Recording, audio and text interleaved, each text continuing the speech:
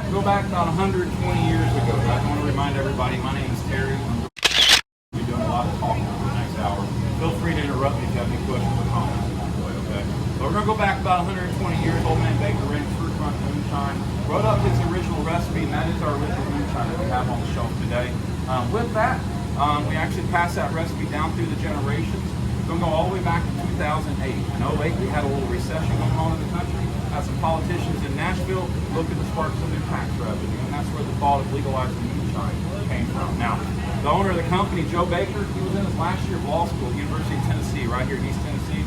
With that, caught wind that somebody in Nashville was thinking about that, jumped all over it, submitted all the appropriate documentations, and that got the ball rolling for us.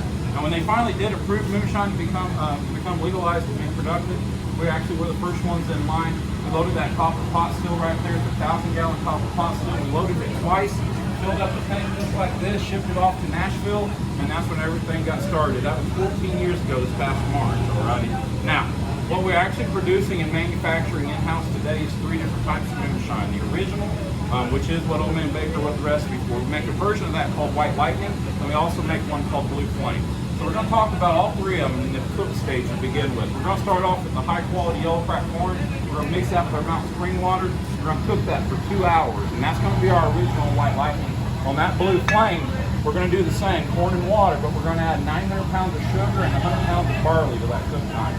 So if you've ever heard of a sugar shine before, that's exactly what that Blue Flame is going to be, all right? Now we're going to let all that cook and cool off to about 96 degrees. It's going to cook for about 2 hours.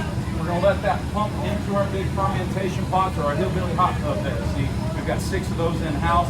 When we pump it into there, we're going to add a granulated brewer's yeast. And on those first 2, the original White Lightning, we're going to actually activate the sugar that's in the corn. We're going to start fermenting and making our alcohol right there. We're going to pump that after it's mature, somewhere about 7 to 10% alcohol. We'll pump that into the big pot still, run it through the front still one time. Take the good drinkable alcohol off of that, put it in the back still, and run it through there one time. And that's going to be our original recipe. 2-time distilled, 100 proof out of the bottle. Simply put, it's going to taste like a sipping shine, as a lot of people call it. It's like a really, really rough cornbread flavor on that one right there. You can really taste a lot of the corn. Now, we're going to do one of 3 things with that moonshine. We're going to put it in a bottle and label it original.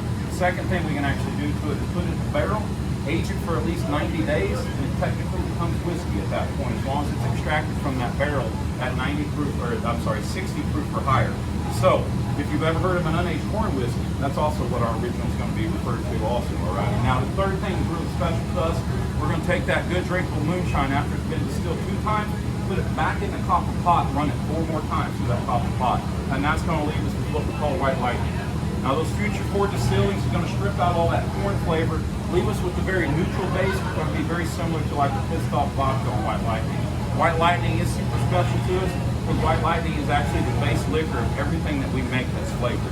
So now the flip side, a lot of our states here in the country, these guys are from Canada, so you guys are from Canada, right?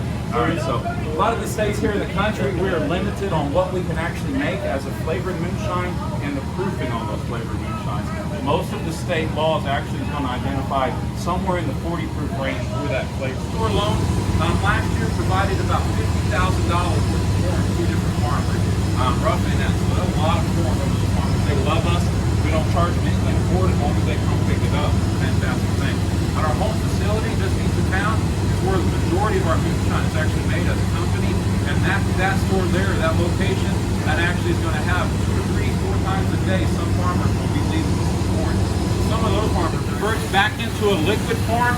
It's going to exit the backside of that, the worm condenser. What comes out? It's going to come out in 3 different segments. The first segment is called the head. The second segment is called the heart. And the last segment is called the tail. The head actually contains methanol and ethanol. So it's really dangerous not to consume any of the head itself. That old timer up in the mountain running a much smaller run, he's going to yield somewhere between 6 and 10 gallons of drinkable alcohol. But in the end, he's going to lose about a full gallon of the head itself. And within that head, if you didn't trust who was making your moonshine, he might do you dirty, cut each jar a little short, and pour a little bit of that head into each jar. Now that methanol and ethanol that's in the head, it can do a lot of damage. It can kill you if you consume too much. It can make you go blind if you consume a little bit.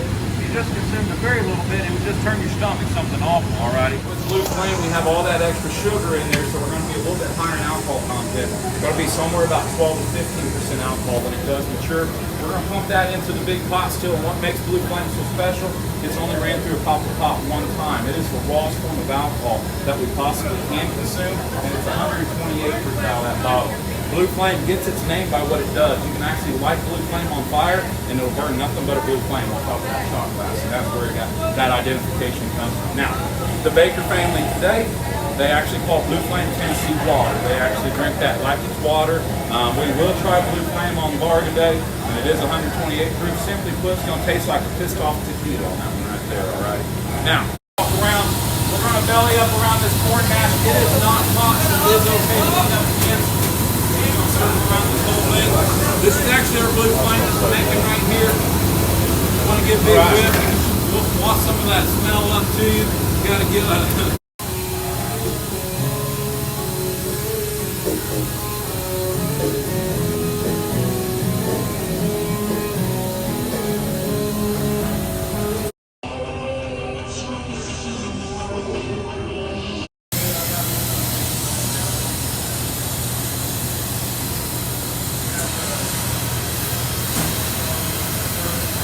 get you another cup, okay? So no problem there at all. We do not want to sniff or sip this one. Throw it back like we're mad at it, guys. That's with their White Lightning and their whiskey. And what they created is what we know today as Mountain Dew, guys, alrighty? They did that in 1940 in Knoxville. They kept it private until 48. Finally in 48, they hooked up with a bottling company out of Bristol, Tennessee. And with that, they brought Mountain Dew to everybody's home. So whiskey and Mountain Dew is absolutely a fantastic shot. A lot of people...